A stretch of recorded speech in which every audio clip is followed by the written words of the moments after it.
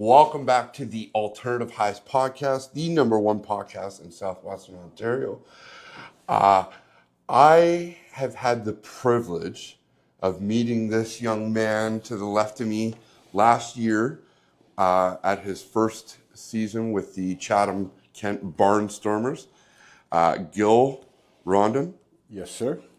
Gil is you live in Florida. Yeah, in Kissimmee.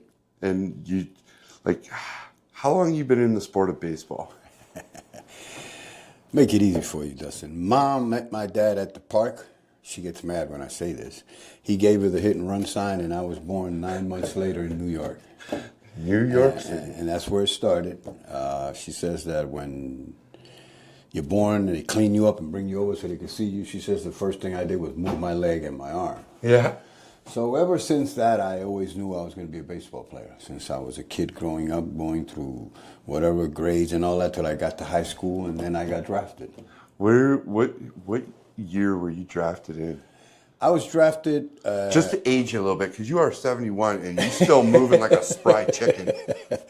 I was drafted my first year in 1972 by the Texas Rangers. They had just become Texas Rangers because the year before they were the Washington Senators. Okay. And I told him this and that. He said, no, I don't have that. And I got drafted in 1973 by the Baltimore Orioles. Okay. And that's when I signed and I went to Rookie League my first year. Yeah. Where was Rookie League? Where did you play at? Bluefield, West Virginia. What was Bluefield, West Virginia like in the 70s? It was kind of a different story. I had to find out because when I was growing up, if you would go say, hey, boy, to somebody, people jump up right now. And when I got to the South, that was the way they expressed themselves. Hey, boy, hey, boy. So I didn't know that until I found out. But it was kind of different. It was a small little town, Bluefield. I always remember we went across the tracks. We dropped all the other guys off, and we're getting ready to get off the bus. And he says, you're not getting off the bus because we're taking you back to the other hotel. I said, what other hotel? The only one I saw is across the tracks over there. He says, yeah, that's where you guys said. No, we're not. So we got back and forth, and I was like 18. So finally they decided to call Mr. George Fanning. He said, no, he stays at the hotel with the rest of the players. But I had two Dominican kids that were with me, which my first year I did everything for them to make sure they got, what they were looking for every day at the ballpark and outside their private life. And that was an exciting moment in Bluefield. Yeah. I imagine. You've always, taking those boys under your wing, kind of what rose for you later on in life. How many years did you spend playing ball? With those kids there, it was at that time there wasn't that many instructors that speak Spanish. So when they put them on my team, it was part of that, and it was just to get them to understand whatever the manager said. Even, they were good players, just to get them to understand so they could develop quicker. Yep. And I started in that phase when I was that age. And then as I went on, I was always in different teams, but it was also because I spoke Spanish. Okay. And then when I got to be a coach, that was the thing, Each staff would have a Latino coach or two Latino coaches to help the Latino kids get better. But in the last about 20-something years, they changed all that. You have to go to classes now. Okay. To learn English. Baseball English plus whatever. And if you don't go to classes, it's like a day of pay. They cut you. No shit. Oh, yes. So that's the way the game is changed now. This is the modern game that each year you've been seeing more and more and more. It's not the old game of just hit, run, throw, catch the ball, and, now it's all different. I mean, they build you up to get to where you are now. The development now for any sport is wildly different than it was in the 70s. Well, what would you say that was like watching the years progress in people's ability? Because YouTube has changed the way for a lot of kids and how they learn. Well, And just witnessing in hockey, I'm always blown away how great these young kids are just by learning the sport through internet. Well, now they have all these sports stations. Like in baseball, the guy just listens to da-da-da, da-da-da. That's when the guy, hits a home run. Yeah. So all these kids are involved in that now. And what I was going to tell you that in my days when I started playing, if you would go to the gym, if you would lift a weight, you were nuts. All we did was run, catch, and throw. Run, catch, and throw. Yeah. If now a player, if he doesn't have a gym to go to, or he doesn't have facilities to work out, he doesn't have some kind of trainer or masseuse to help him out. No, they don't want to do anything now. Yeah. Because that's what they require. The new baseball has come to. Yeah. You know. And the big thing is that when you get to the point to get to the big leagues, you get to find out what the expression means. Number one, number one, number one, number one. Everything is number one. Yeah. I mean, you arrive on a plane, the bus picks you up, takes you to the airport. When the game's over, 3 days later, it brings you back to the same spot. Right there are the custom officers on the tarp right there next to the airplane. They check you and everything, and you go up, you know. Okay. And before, in my days, we traveled with the people in Yeah. regular flights. Yeah. You know, we traveled in regular people. We had a 7:30 flight. We would get there. Yes, we would have half of the airplane for us, but the rest of the airplane was, No kidding. How many years do you spend in the playing ball yourself? Overall, just from 18, 28, 38, 48, 58, you know, 68. You're going almost into 56 years. 56 years. 57 years overall as a player and a coach. Yeah. Where your professional career, both like farm league and that, how? Oh, in the minor leagues? Yeah. In the minor leagues, I went to rookie league, A-ball, double A. In 2 years, I was in the big leagues with the Houston Astros. In 1976, that was my first year. And then got hurt, went back to rehab, minor leagues, 77, 78. Then I went back to the big leagues in 1979 with the Chicago White Sox. Okay. I've had the chance to wear two of the most extraordinary uniforms that you could use in baseball. But the Astro uniform is the one that's been sold the most because it was the shirt with the triple colors and the star here. Yeah. And the Chicago White Sox, Mr. Vec thought he was having a disco contest, you know, dancing at those days. It was a long shirt over your pants with a collar like you go to the disco. Yeah. And short pants. Okay. What did you think of that? Well, I had come from Mexico to the big leagues, so I was great to be back in the big leagues, but it was funny because a lot of the real star players, like a gentleman named Ralph Garr, he used to hate that because every time he slid, he would just peel his knees and stuff. Oh, yeah. So a lot of guys were mad, but it was just, he was running out of money for baseball, so he wouldn't use his money. So he talked to a Japanese friend of his to donate him those uniforms, so we had to use them. But they're the two most peculiar uniforms that were around at that time. You had like a big old collar Do you shirt. still have your? There's some time. I don't have. I have the picture of the other one here, the Astro uniform. Yeah. But the White Sox uniform, I got it somewhere around there. That's But it's so funny. It was just like when I got there and I see the uniform, I said, "Shit, well, I got to put it on." You know, what the heck? I'm not in any. That's great. I just want to get back to the big leagues, and that's what I wanted to do. What when you went down to the minors? Did you say Mexico?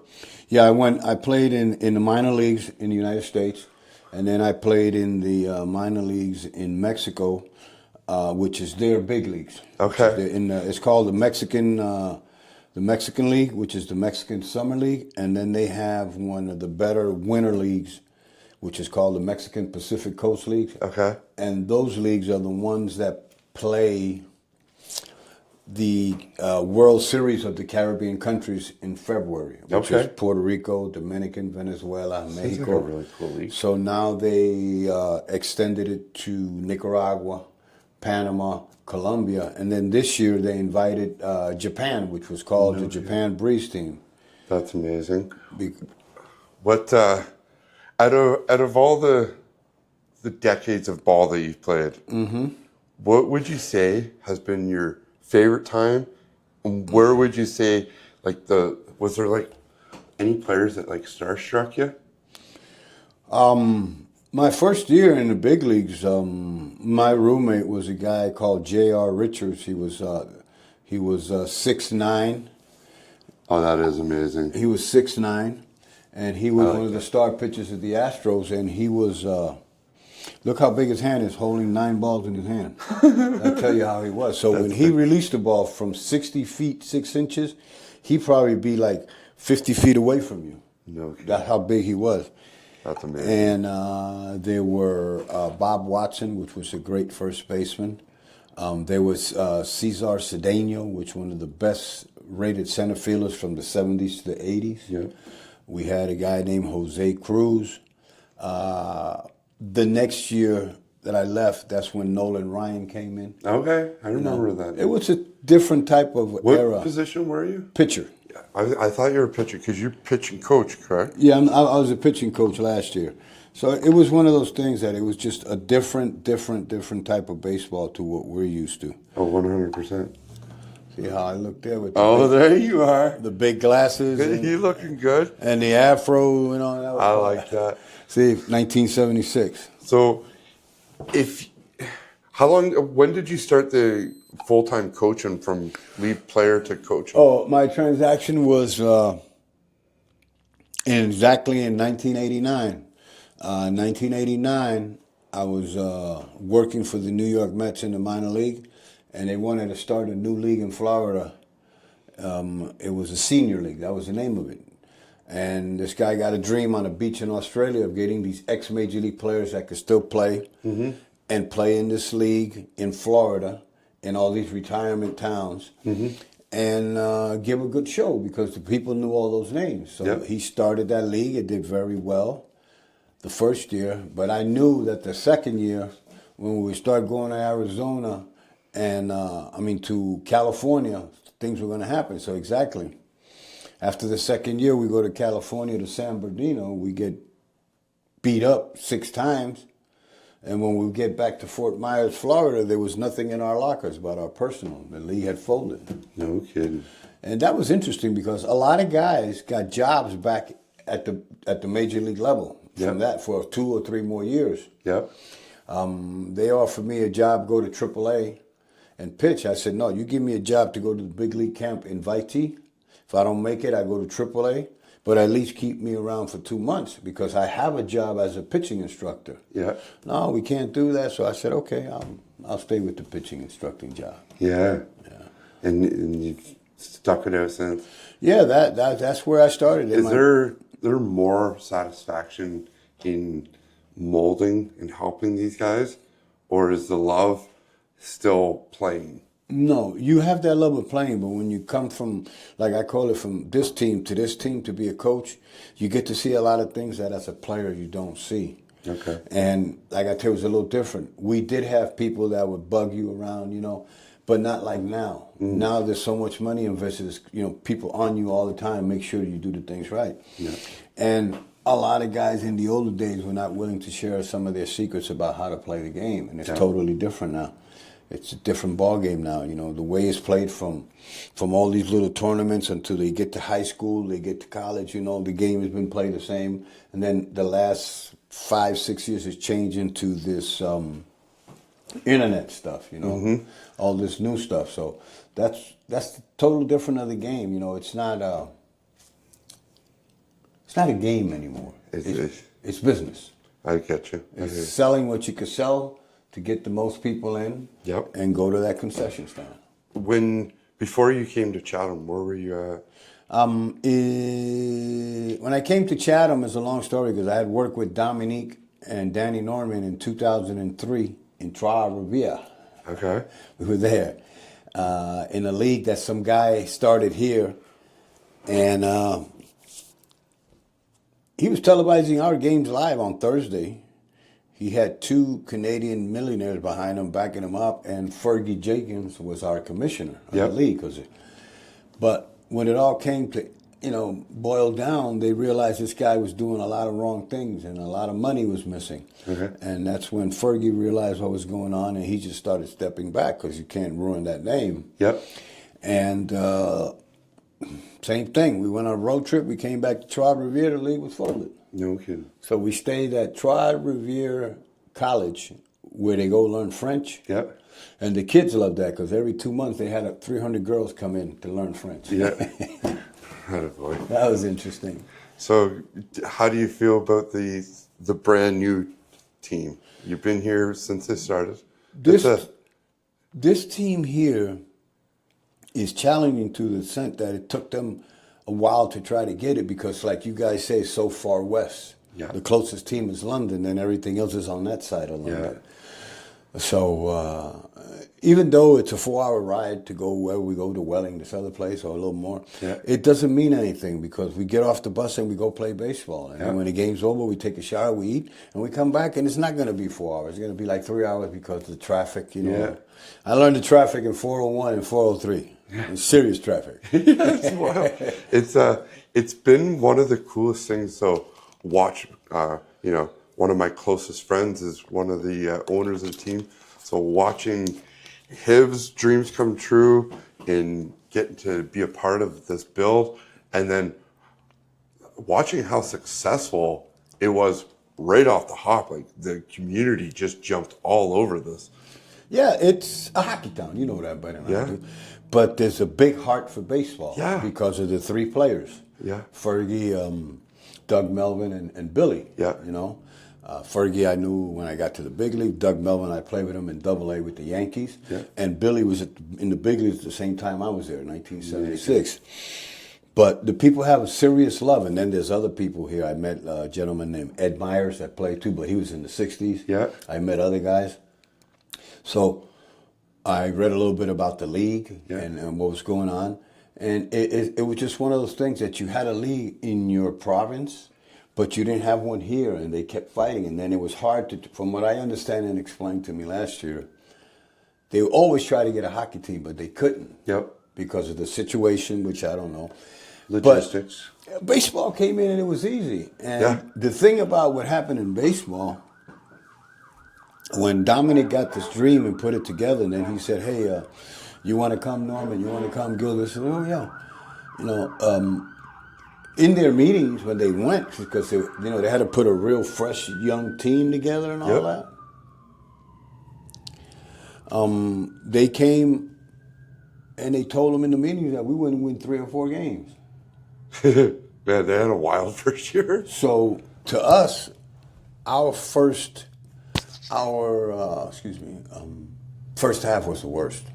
That's what we took. You know, we still led the league in walks, but we walked more guys in the first half than in the second half. Yeah. We also led the league in hit batsmen. That don't bother me. That keeps you honest, knowing they're going to pitch inside. But the way we came on the second half, the traditional teams of the league started realizing these guys got these young kids playing. And then when I got here the other day, I was having a little talk with a couple of them, and I told them, listen, you guys are pioneers. In 3 years, you're going to be 25, 26. In 3 more years, the rest of the league, their veterans are going to be 30, 31, 34, 35, 36, 39 on their last year. So you see what we're building here. And this is perfect. You know, we got the little ballpark. You know, we could learn how to play in our park because it was a totally different park. Because in a regular ballpark, that right field is not like what you see at our ballpark. Okay. It's Much further. So we did put it together, and it just started falling into places. And the older guy I think that we had was Seth and Greg, but Greg was a hometown guy. And it's amazing because Greg was like our, backup catcher. And the first base hit in Chatham Kent history, Greg got it. Yeah. And he came in the office, we gave him the ball, his tears came out. Yeah. I said, you're part of history, you understand? And then when I went inside, I told him, you guys understand what's going on now? What are we doing? Nobody wanted to come west because it was too far, and now everybody wants to come play in Chatham. Yeah. So this is the thing that happened, and it just, like you take good dirt, you put a good seed, you put good water, and you see that flower start, and then you see that flower all of a sudden start growing, and then you say, wait a minute. So it's interesting what's going to happen, and I think they have a desire to get better and better, between the people they have, with Matt, with Dominic, with Harry, Scotty, Yeah. Steve.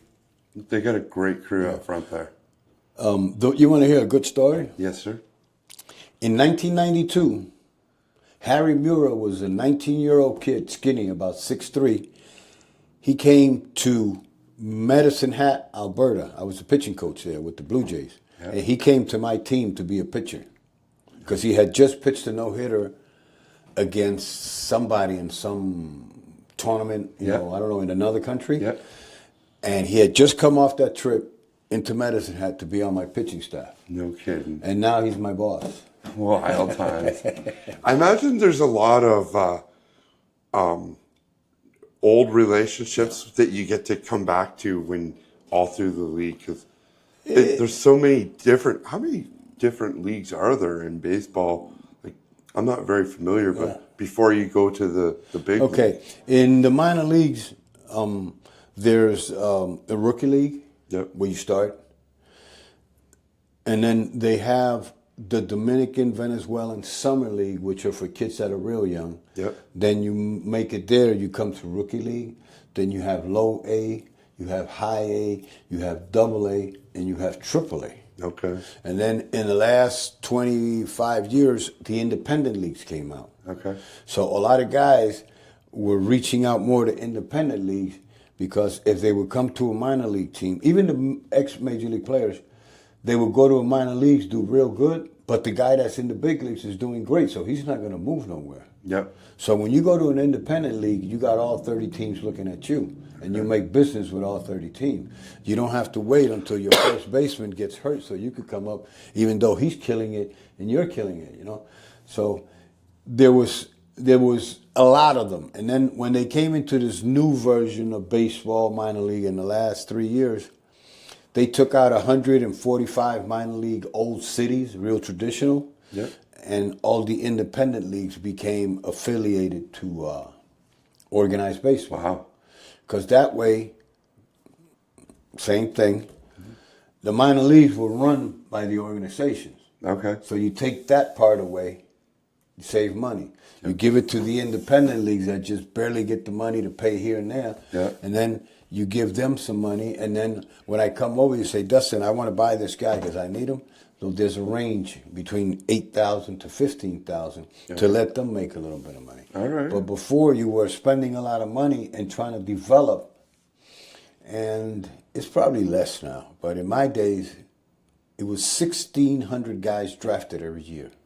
No kidding. So that means that 1,600 guys that were ahead of you had to go somewhere within the organizations that they were in, or out of baseball to an independent league, you know, and that was the thing. And there wasn't too many independent leagues in there. And how many people were in the league at that time? 1,600 draft? Well, you had all the leagues. Yeah. And you had all the teams. So you had all 30 teams drafting different guys. Yeah. You would draft so many guys, boom, boom, boom, boom, and they would get drafted. And then you had the international pool where you would sign guys from international countries where they were not in the draft. So you would have to have a little bit of money stashed away to get the international player, because you had your money already to get the player on this side. Oh, that's fun. So it's changed completely now. The things that have happened with the baseball of eliminating some traditional minor league ballparks and teams and people that look forward for that summer. To just have a few and then have more involved in the independent. It's a tough move. Yeah, that's why a lot of feelings. Out of those 1,600. 100 stay around for I don't know how long. And out of the last 3, one makes it. One makes it to the big leagues. That was in those days. God. That's a lot of... Now they draft you, they give you $5 million, and in 6 months you're in the big leagues because they want to get that money back somehow. Yeah, they got to... So how are they going to do that? They're going to put you to hit, they're going to put you to pitch, they're going to advertise it, you know? Oh, interesting. Gil, this has been a great podcast. I really appreciate you. Thank you for coming on today. Dustin, I want to thank you because this is my first one, and I've seen it a lot. I've never been involved in this. I also noticed a little while ago a little bad word sneaked out, so there's no problem with this here. Yeah, I really appreciate it. This is just something I started last summer, and it's just interviewing really cool people that got great stories. And having fun. Right there. We all have a story. We all have something, 100%. One way or another. You know, even the ones that live in the bubble, they're always complaining about the bubble. But they don't have to worry about anything. And then you see all these people, you know, in this world having to all these things that are going through and things that are happening. And then Mother Nature is knocking on our door, letting us know about the things that are going to happen. But we do not want to understand that, and some people are, just hard headed. But Mother Nature's knocking on our door, letting us know letting us this know. climate change, different, this and that, and we're gonna have to wake up One of these days. one of these days. I hope so. Thank you, Gil. Hey, that was great. That was fun, man.